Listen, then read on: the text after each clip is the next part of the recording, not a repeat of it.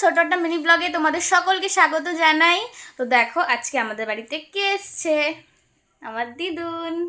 দিদুন হাই বলো। হাই। তুমি কতদিন পরে আসলে? 6 মাস। তাহলে আমি ডাকলে আসো না, যেই মেয়ে ডেকেছো অমনি চলে এসছো। শরীর খারাপ তাই আর আমি ডাকলে দেখতে তুমি এলাম। আসো না।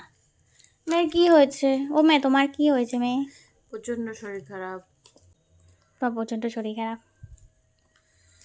যাই হোক, আমার মায়ের আজকে শরীর ভালো না, তাই জন্য তার মা তাকে দেখতে এসছে, মেয়েকেই দেখতে এসছে, আমাদের দেখতে আসেনি।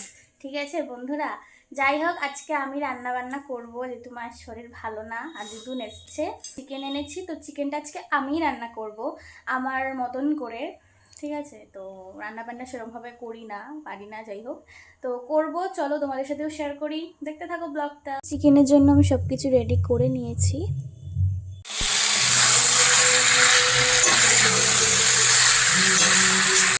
তো আমার রান্না হয়ে গেছে আর দিদুন খেতেও বসে গেছে। দিদুন খেয়ে বলো তো কেমন হয়েছে মাংসটা।